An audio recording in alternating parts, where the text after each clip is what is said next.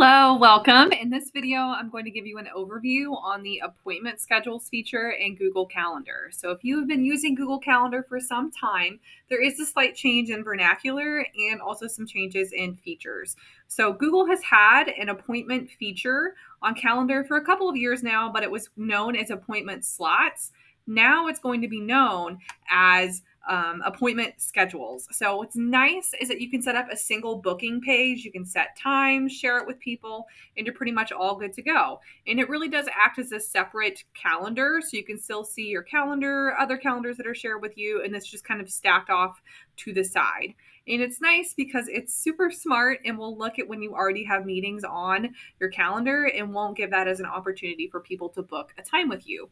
So this is great if you're an administrator and you're wanting to give people times to schedule summative evaluations or evaluations in general.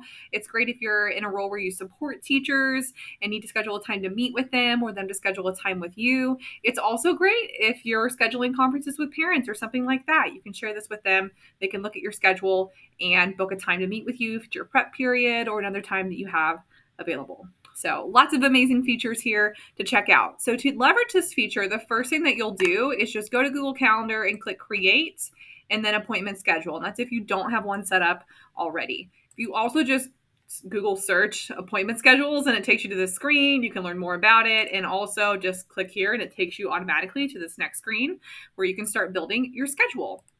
So here I am on my appointment schedule booking page and I'm setting this up. So put my name there. I'm extra, so I like to put emojis.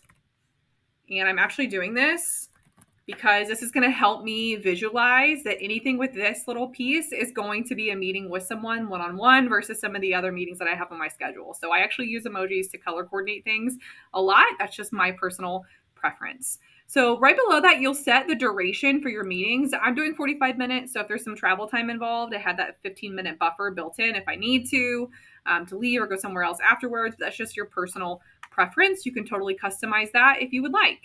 And then moving below is where you can set the time frame for people to set appointments or meetings with you.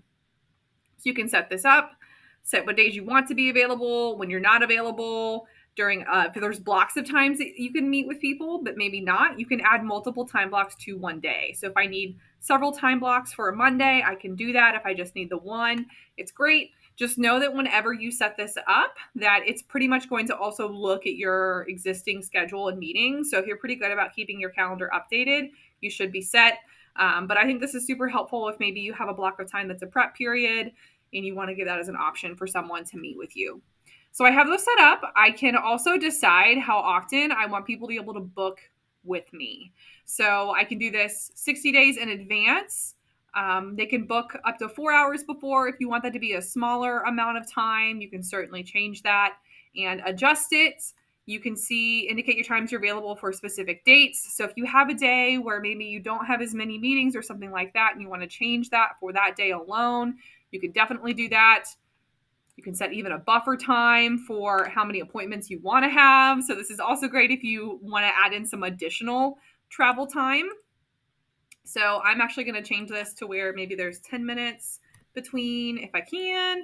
Set that there. You can set the number of bookings a day that you want and so on and so forth. And then you can decide if you want to add other calendars here for scheduling conflicts. So if you're a team teacher, maybe you want to have some time set for when they can meet with you, but you have team time. Maybe maybe add your schedule here for that team calendar if you have one.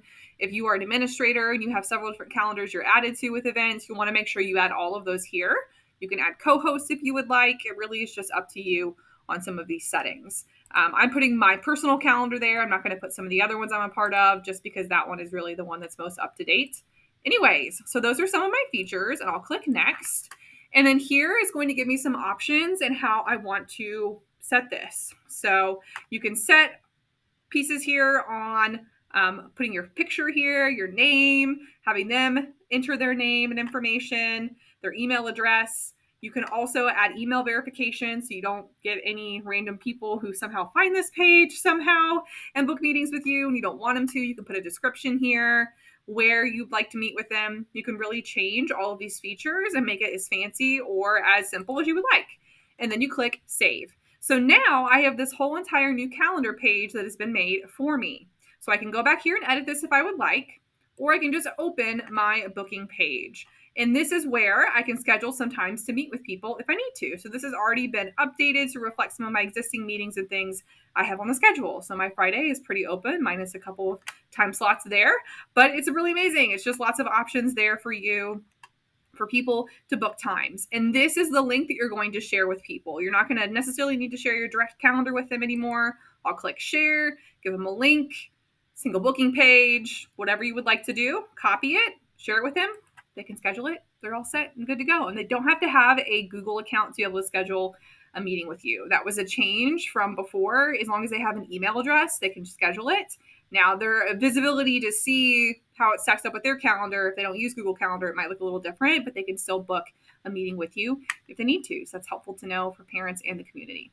If you have questions, let me know. I hope you find this feature to be as helpful as I do. Have a great rest of your day.